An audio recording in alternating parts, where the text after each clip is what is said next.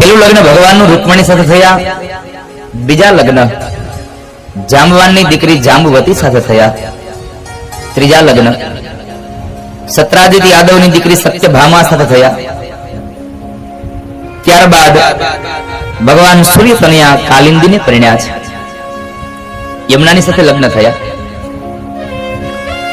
ત્યારબાદ ભગવાન સત્યા, ભદ્રા, લક્ષ્મણા અને છેલ્લે ભગવાન મિત્રવિંદાને પરિણ્યા છે. આ ભગવાનની અષ્ટપટરાણીઓ છે. ભગવાનની 8 પટરાણીઓ છે. ભગવાનના કુલ લગ્ન તો છે 16,108. 16,108 લગ્નો. એમાં 8 એ ભગવાનની પટરાણીઓ છે ને 16,100 જે કન્યાઓ છે.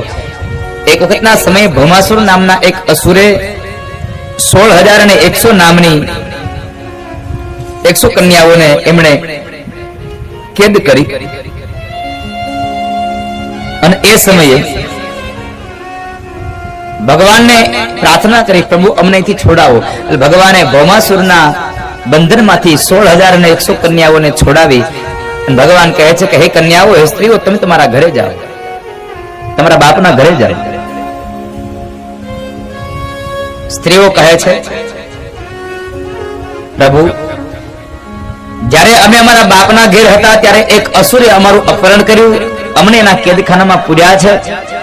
આજે તમે અમને છોડાવ્યા, અમે અમારા બાપના ઘરે જઈએ, વાત સાચી છે, પણ હવે અમારા બાપના ઘરે ગયા પછી પણ અમારો હાથ કોણ ચાલશે? અમારો હાથ કોણ પકડશે? માટે અમે આપણે પ્રાર્થના કરીએ છીએ, આપ અમારો સ્વીકાર કરો. સ્ત્રીઓની એ કન્યાઓની પ્રાર્થનાને લઈ ભગવાને સ્વીકાર કર્યો. 16,100 કન્યાઓની પ્રાર્થના ભગવાને સ્વીકારી અને એ સમયે ભગવાને એ 16,100 કન્યાઓ સાથે લગ્ન કર્યા. આમ ભગવાનના 16,108 લગ્ન સંપન્ન થયા છે.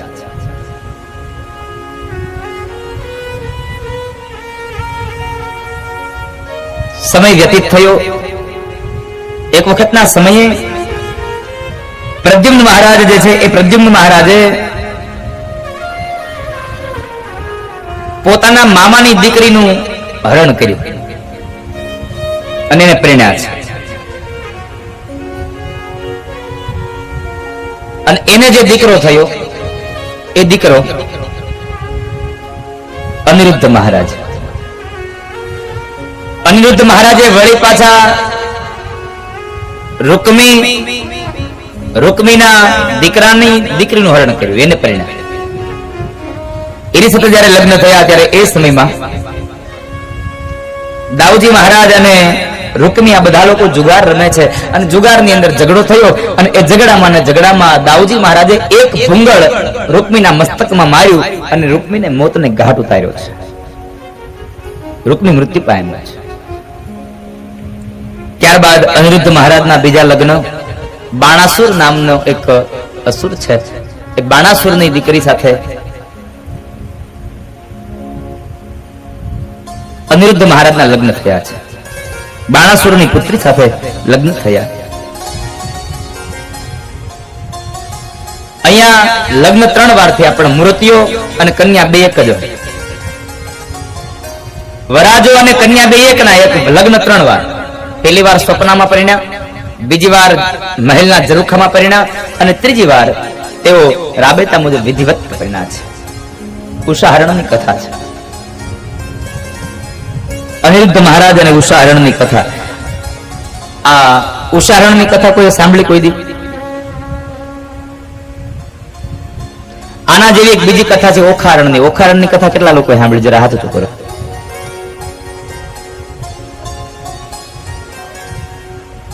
ઓખારણ સાંભળ્યું છે? ઓખારણમાં અને ઉષારણમાં બહુ લાંબો ફેર નથી, એટલે ઉષારણની કથા કોઈ સાંભળી તો એ જરાક એવી જ છે, એવી same to same, copyright, xerox copy. ઉષારણની કથા સાંભળી કોઈ? નહીં. ઓખારણ કેટલા સાંભળ્યું? જરા હાથ ઊંચો કરો. તમને એક વાત કહું, તમે સાંભળ્યું જ નથી કઈ. હું નતો કેતો આપણે કથામાં જાય, પણ કથા આપણે કોઈ દી ન આવે. આનો મૂળ પ્રભાવ જુઓ તમે. બધા ઓખારણ સાંભળ્યું છે, કોઈ ઉષારણ નથી સાંભળ્યું, પણ તમને એ જ નથી ખબર કે ઉષારણ ને ઓખારણ બે એક જ કથા છે. આપણે ખાલી શબ્દનો અપભ્રંશ કરી નાખ્યો છે. ઉષારણ ની કથામાંથી આપણે કરી નાખ્યું ઓખારણ. કથા એની છે.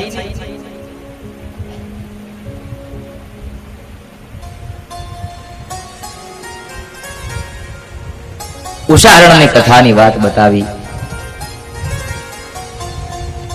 અને ત્યારબાદ ભગવાન કૃષ્ણના પત્ની જાંબવતી અને જાંબવતીનો દીકરો સાંબ. એ સાંબે દુર્યોધનની પુત્રી લક્ષ્મણાનું અપહરણ કર્યું અને એને પરિણ્યા છે. ત્યારબાદ ઇન્દ્રપ્રસ્થની અંદર પાંડવોએ રાજસુ યજ્ઞ કરવાની તૈયારી કરી છે. રાજસુ યજ્ઞનો એક સંકલ્પ થયો. જ્યારે એ રાજસુ યજ્ઞનો સંકલ્પ થયો એટલે એ સંકલ્પની અંદર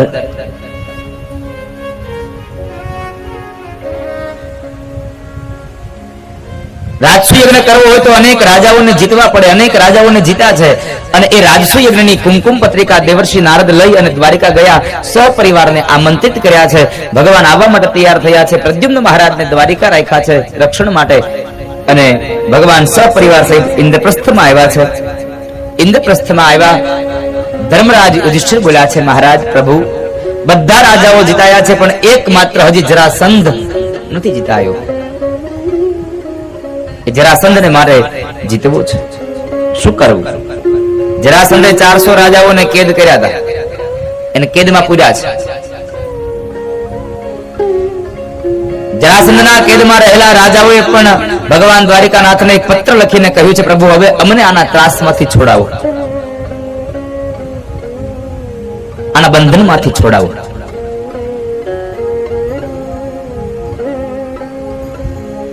ધર્મરાજ યુધિષ્ઠિર પણ વાત કરીને એ સમય ભગવાન કૃષ્ણ બોલ્યા છે કે ધર્મરાજ તો અર્જુન અને ભીમસેન દેવ મારી સાથે ચાલો, આપણે દ્વંદ્વ યુદ્ધ માંગી લઈએ. જરાસંધને રોજના માટે સવારમાં બ્રાહ્મણોને દાન દેવાનો એક નિયમ છે. દાન અને પુણ્ય કરવું.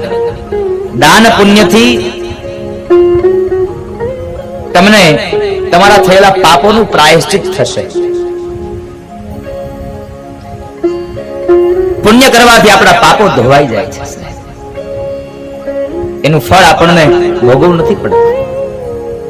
માટે બને તેટલું જીવનમાં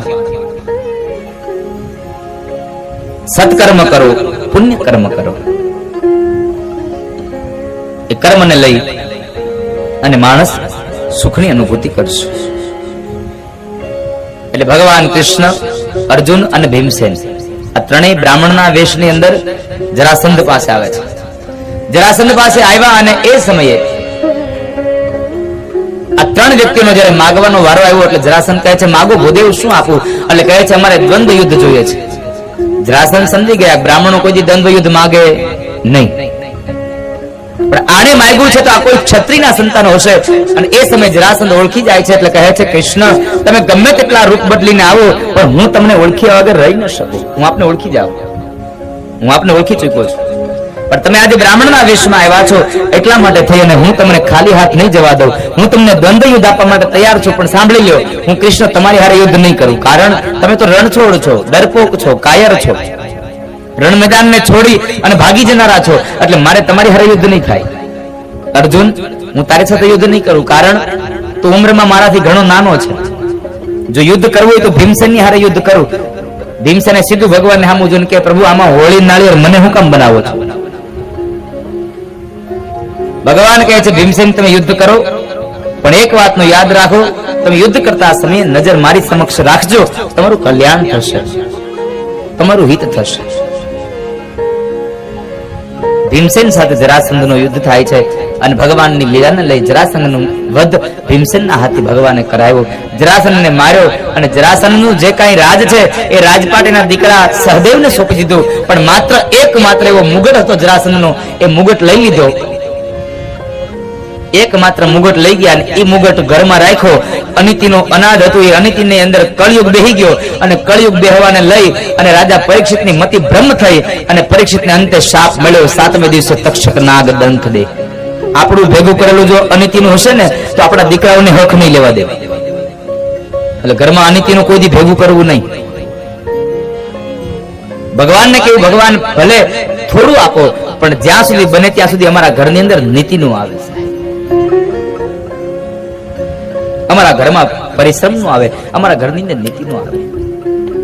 અનિતિનું અનાજ આવે ખૂબ સારું લાગે પણ જયારે જાય ને ત્યારે નીતિનું હારે લઈને જાય ને તે બહુ દુઃખ થાય. અનિતિનું તમારા ઘરની અંદર ઘડીકમાં આવે અને ઘડીકમાં વયું જાય અને નીતિનું તમારા ઘરમાં આવે ખરું પણ બહુ વાર લાગે અને જાય પછી આવતા વાર લાગે. પણ નીતિનું હોય ને તો તમને સુખનો રોટલો મળે. એમાં અનિતિમાં ઊંઘ નો આવે. ભલે એસી ચાલુ કરો, સાંજે 2-3 ટીકડી એક હારે લ્યો પણ તોય આખીરે તડફડિયા જ મારવા પડે. એમાં ઊંઘ નો આવે કારણ કે અનિતિનું છે.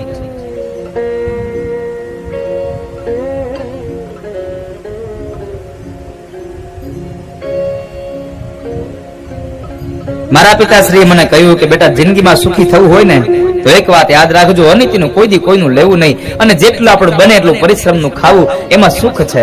અમે પરિશ્રમનું ખાધું ને અમે ફળ ભોગવીએ છીએ. જો તું સુખી થયો, મેં કીધું બસ તો તમે સુખી થયા એવું માનો છો તો બસ હું પણ એ જ રાહ પર ચાલ્યો. અનિતિનું શું કામ લેવું ભાઈ? મહેનત કરીને લઈએ.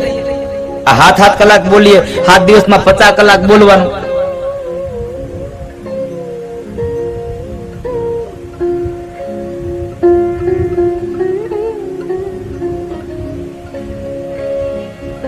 આ 7 દિવસની કથાઓમાં સાહેબ એક સંકલ્પ જરૂર કરજો, ઘરમાં અનિતિનું અનાજ ન આવે, અનિતિનું ધન ન આવે. અનિતિનું ધન જયારે ઘરમાં આવશે ને ત્યારે નીતિનું પણ સાથે લઈને જશે. આપણી કહેવત છે કે છાણ ઉપાડો ને એટલે ખાલી છાણ ન આવે, એમાં સાથે ચપટી તો ચપટી ધૂળ તો આવે છે. ધૂળ આવ્યા વગર ન રહે. માટે અનિતિનું ક્યારેય ઘરમાં લાવશો નહીં. જરાસંધનો વધ કરાવ્યો ભીમસેનના હાથથી ભગવાને. સહદેવને પોતાની રાજગાદી સોંપી દઈ. આ બાજુ રાજસુ યજ્ઞની તૈયારી થાય છે અને રાજસુ યજ્ઞમાં બરાબર નક્કી થયું. આખી સભા ભરીને તમામ વ્યક્તિઓ બેઠા છે અને એ સભાની અંદર એકમાત્ર પ્રસ્તાવ આવીને ઉભો રહ્યો કે બધી વાત સાચી છે પણ આ જે રાજસુ યજ્ઞ કરવાનો છે એ રાજસુ યજ્ઞમાં આપણે અગ્રપૂજા કોની કરીશું? પ્રસ્તાવ આવીને ઉભો રહ્યો. અગ્રપૂજા કોની કરવી? કોઈ કહે છે ઇન્દ્રની કરો, કોઈ કહે વરુણની કરો, કોઈ કહે સૂર્યની કરો. અનેક અનેક નામો દેવતાઓના આવતા રહ્યા અને એમાં એક નવયુવાન ઉભો થયો અને યુવાન કહે છે કે આ રાજસુ યજ્ઞમાં જો અગ્રપૂજાને લાયક કોઈ હોય તો એકમાત્ર છે દ્વારિકાવાળા ભગવાન કૃષ્ણ. કૃષ્ણની અગ્રપૂજા કરો. આ નવયુવાન કોણ હતો? ભાગવતકાર એમ કહે છે જેના બાપને ભીમના હાથે મરાયો એ જ જરાસંધનો દીકરો સહદેવ હતો. સહદેવે કહ્યું કે અગ્રપૂજાને લાયક કોઈ હોય તો માત્ર એક કૃષ્ણ છે. તમામ વ્યક્તિ આ તાળીઓના નાદથી આ પ્રસ્તાવને વધાવ્યો. એકમાત્ર માણસ ઉભો થયો અને એણે આ પ્રસ્તાવનો વિરોધ કર્યો કે ઈ ગોવાળિયાની, ઈ ચોરની, કોકની બાઈના, કોઈકની સ્ત્રીના હરણ કરી જાય એની અગ્રપૂજા ન હોય. કોકની સ્ત્રીના હરણ કરે એની અગ્રપૂજા ન હોય. આ કોણ? તો કહે છે એકમાત્ર હતો શિશુપાલ. પરણવા ગયો તો ખાલી હાથે પાછો આવ્યો. રૂકમણીને પરણવા ગયો, ત્યાંથી ભગવાન રૂકમણીનું હરણ કરી આવ્યા. એની અગર પૂજા ન હોય.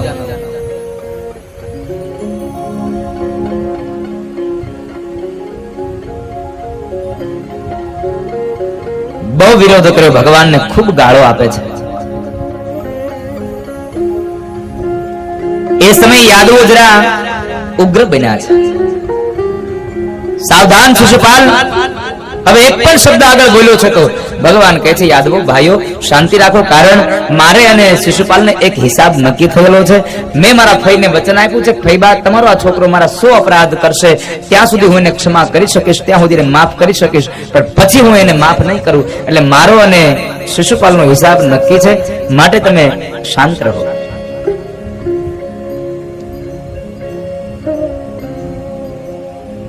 ભગવાને પણ શિશુપાલને સાવધાન કર્યો, પણ છતાં પણ શિશુપાલ ન સમજ્યો અને ભગવાનને ન બોલવાના શબ્દો બોલી ભગવાનને ગાળો આપે છે. અને એ સમયે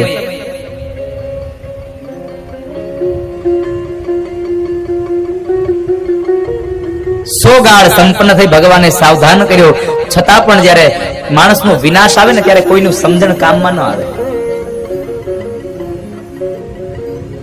જ્યારે માણસનો વિનાશ હોય ત્યારે એને કોઈની સમજણ કામમાં ન આવે.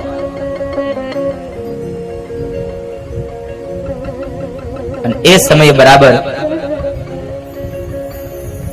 100 ગાળ સંપન્ન થઈ અને 101 ગાળ બોલે અને ભગવાને કર કમળમાંથી સુદર્શન ચક્રને વહેતું કર્યું અને એ ભરી સભામાં શિશુપાલનો ભગવાને વધ કર્યો છે. ધરતી મસ્તક અલગ કરી દીધું, ધરતી મસ્તક અલગ કર્યું. અને એ જ સમયે આ બાજુ સમાચાર મળતા શાલ્વને સમાચાર મળ્યા કે શિશુપાલનો વધ થયો છે. એટલે શાલ્વએ દ્વારિકા ઉપર ચડાઈ કરી. આ બાજુ ભગવાન દ્વારિકાનાથે રાજસુ યજ્ઞ સંપન્ન કરાવ્યો અને સંપન્ન કરાવી અને ભગવાન દ્વારિકા જાય છે. આ બાજુ પ્રદ્યુમ્ન મહારાજ ગવાય છે, પણ એ સમય બરાબર ભગવાન ત્યાં પહોંચી ગયા. પ્રદ્યુમ્ન મહારાજના હાથમાંથી એ યુદ્ધની દોર પોતાના હાથમાં લઈ અને ભગવાને શાલ્વનું જે દિવ્ય વિમાન છે એ વિમાનનો નાશ કર્યો. ત્યારબાદ શાલ્વનો નાશ કર્યો. ત્યાર પછી એની સાથે આવેલા અન્ય જે શત્રુઓ હતા એમાં દંતવક્ર પણ હતો અને વિદુરથ પણ હતો. આ વિદુરથ અને દંતવક્રને માર્યા. એટલે ભગવાને શિશુપાલ અને દંતવક્રને મારી અને જય અને વિજયને ત્રીજા જન્મમાંથી મુક્તિ અપાવી છે. 3 જન્મમાંથી રાક્ષસમાંથી મુક્તિ અપાવી.